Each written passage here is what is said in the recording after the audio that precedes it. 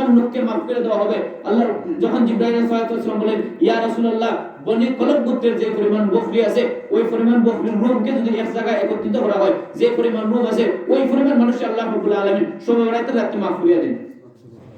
জিজ্ঞাসা করা হলো বনি কলব গোত্রে কি পরিমাণ বকরি আছে? তখন জিবরাইল বলে ইয়া রাসূলুল্লাহ বনি সৌদি আরবের প্রত্যেকটা বংশের মানুষই প্রায় 20,000 নিম্নে 20,000 বকরি তারা কিনা করত, লালন পালন করত। তখন বনি কলব গোত্রে অর্থাৎ নিম্নে সংখ্যা অনুযায়ী 20,000 বকরি ছিল বনি কলব গোত্রে।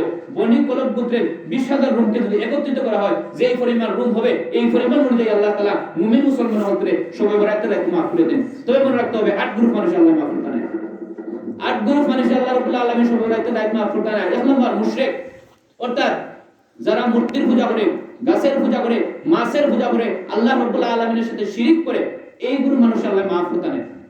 2 নম্বর আল্লাহ রাব্বুল আলামিন জাদুকর হতে মাফ করতে নাই, যারা জাদু দেখায় এরারে আল্লাহ মাফ করতে নাই। 3 নম্বর গণক আছে না গণক, এই গণক হতে আল্লাহ রাব্বুল আলামিন মাফ করতে নাই। 4 নম্বর আল্লাহ তাআলা সুদখোর হতে মাফ করতে নাই।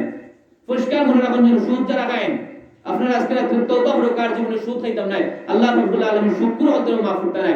3 নম্বর 5 নম্বর আল্লাহ রাব্বুল আলামিন নাফরমান সন্তান হতে, অর্থাৎ যে সন্তান তার মা বাবাকে অসন্তুষ্ট করে রাখে, যে সন্তান তার মা বাবাকে একবারে গালাগালি করে, অর্থাৎ মা বাবার নাফরমান সন্তান, ওই সন্তানটা কি করতে নাই আল্লাহ রাব্বুল আলামিন মাফ করতে নাই।